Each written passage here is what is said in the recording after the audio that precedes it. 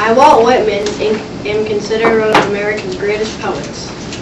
I was born on May 31st, 1819, on Long Island. I started school around the age of 5, and then stopped when I was 11. Then when I was 12, I started working as a printer's apprentice. Within 2 years, I was already writing articles myself. Even when I wasn't working, I still surrounded myself with words. By reading books, by going to plays, and by listening to famous speakers. When I was 19, I started my own newspaper, The Long Island. I covered everything from politics to the birth of a 3-legged cow. My assistant was my 8-year-old brother, George. Slowly, as often as I could, I went to Manhattan and saw famous people, but I was just as interested in average people. And then I saw the true spirit of America. Happy, loud, joyful, and equal. Slowly, I began writing poems. I carried my notebook with me everywhere so I could write down new ideas that I thought and saw. Then, in 1855, I typeset the pages of my most famous book, Leaves of Grass, a book for all Americans. Then, I was very fond. I loved my President Abraham Lincoln, and he loved my book.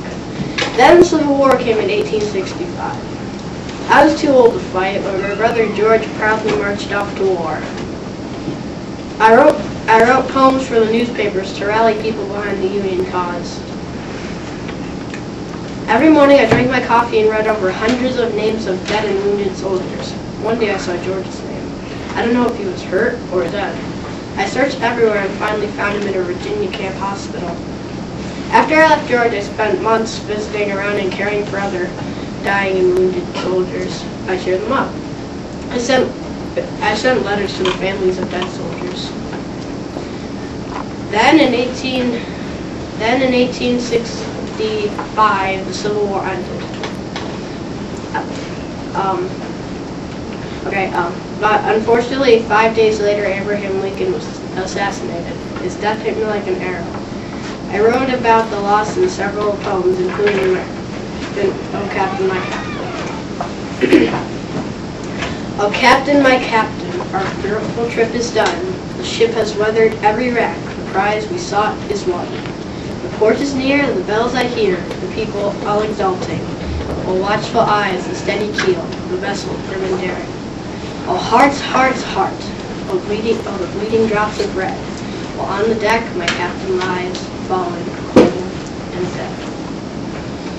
I lived out my life writing poems and visiting friends. I then died in 1892. At the funeral, the line of people to pay respects was 3 blocks long. I hope America will continue to love my work as I loved it.